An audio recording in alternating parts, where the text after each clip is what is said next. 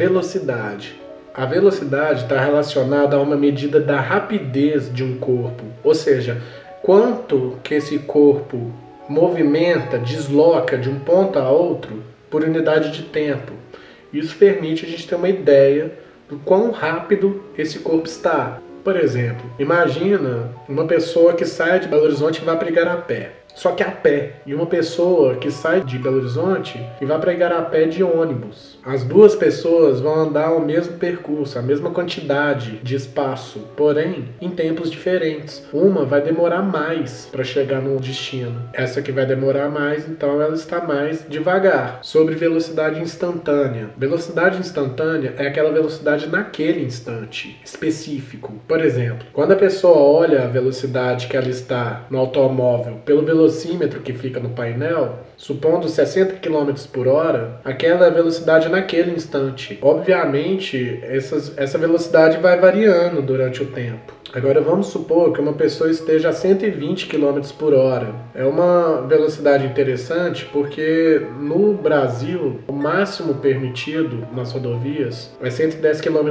por hora. Eu nunca vi uma rodovia que tem mais de 110 km por hora como permissão. Vamos entender por que isso acontece. Quando a gente tem uma composição de grandezas, aqui no caso a gente tem uma grandeza espacial e uma grandeza temporal. Essa que fica aqui no denominador, ela é sempre unitária. A gente nunca vai falar que um automóvel ele viaja a 60 km a cada 2 horas. Seria a mesma coisa de falar 30 km por 1 hora. Então isso daqui é a mesma coisa de falar 120 km em 1 hora. Como que eu faço para converter para metro por segundo? Porque no Sistema Internacional de Unidades, a gente utiliza metro por segundo. A hora tem 60 minutos e cada minuto tem 60 segundos. Se eu multiplico cada minuto por 60 segundos, cada minuto que tem na hora seria 60 vezes 60. Isso dá 3.600 segundos. No lugar da hora, eu vou colocar 3.600 segundos. Isso equivale a 1 hora. E os 120 quilômetros, cada quilômetro são 1.000 metros. Então eu vou escrever 120.000 metros para ser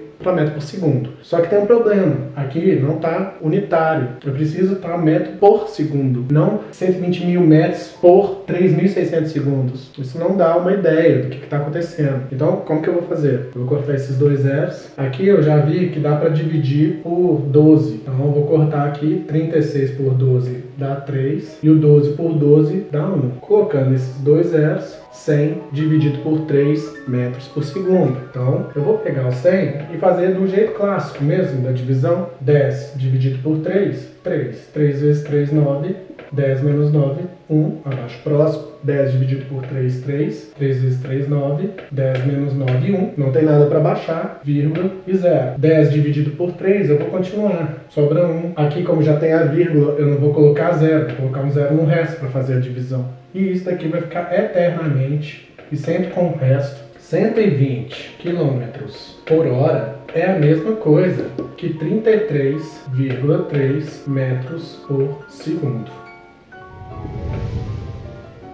Pelo que vocês viram, se uma pessoa está aproximadamente 33 metros por segundo, vamos fazer uma comparação aí sobre isso. Eu tenho um edifício com 11 andares. Ele mede 33 metros, cada andar mede 3 metros de altura. O pé direito é mais ou menos 3 metros. A maioria dos edifícios tem um pé direito até menor, mas supondo um edifício desse de 3 metros cada apartamento, cada andar tem mais ou menos 3 metros, o edifício tem uns 33 metros. É como se a cada segundo, uma pessoa que esteja numa velocidade de 33 metros por segundo, é como se a cada segundo a pessoa andasse o equivalente à altura desse prédio. A cada segundo, ela piscou, andou um prédio desse. Então, se aparece, por exemplo, um bicho no meio da estrada, provavelmente ela não vai conseguir desviar. Existe outra forma de resolver a conta de conversão de quilômetro por hora e metro por segundo. É um pouco decoreba. Eu realmente não gosto de usar esse jeito. Mas vou mostrar para vocês. Tem gente que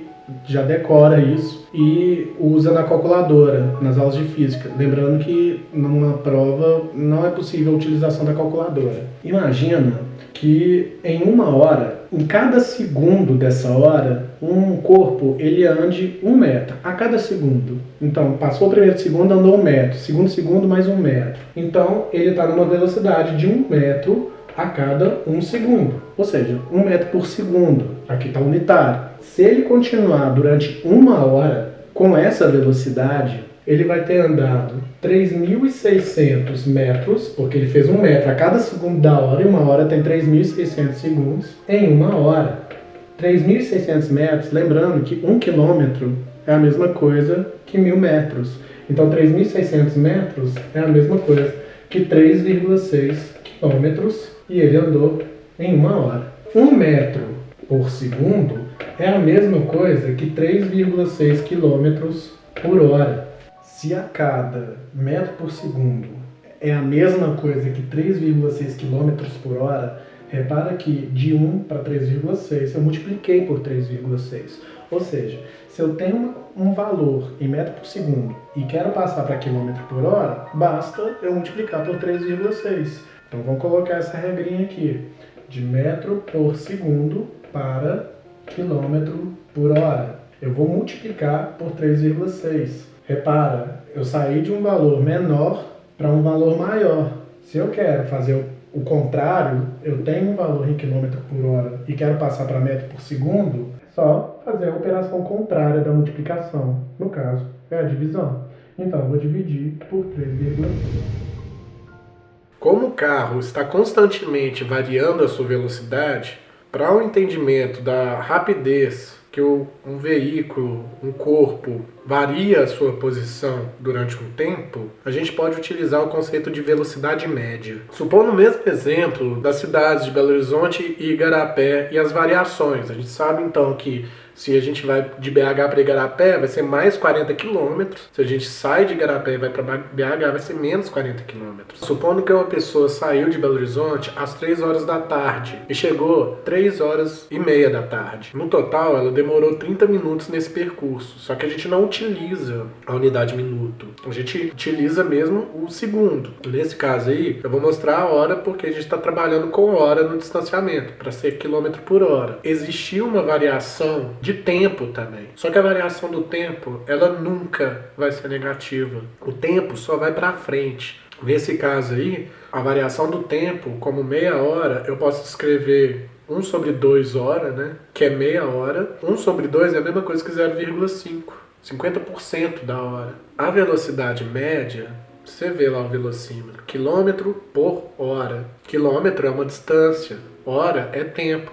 Então a fórmula é muito simples. A fórmula da velocidade é só você colocar a variação de posição, o deslocamento, dividido pela variação do tempo, o tempo que demorou para isso acontecer. A gente não coloca só o t, a gente coloca a variação, porque não necessariamente vai começar do zero. A gente não vai fazer todas as movimentações meia-noite, 0 hora. Pode acontecer qualquer hora do dia. E eu vou mostrar um formato para vocês começarem a acostumar com esse formato. Existem várias maneiras de fazer essa operação. Isso já é matemática, mas a gente utiliza muito a matemática como ferramenta para trabalhar questões da física. Onde está mais 40, eu multipliquei por 10 elevado a 0, porque 10 elevado a 0 é 1, então continua 40. 40 vezes 1 é 40. Mas vocês vão entender por que eu fiz isso. Embaixo está 0,5. Dividir 40 por 0,5 pode ser difícil para algumas pessoas. Eu sugiro que você transforme os números em número na notação científica. Então 0,5 é a mesma coisa que 5 vezes 10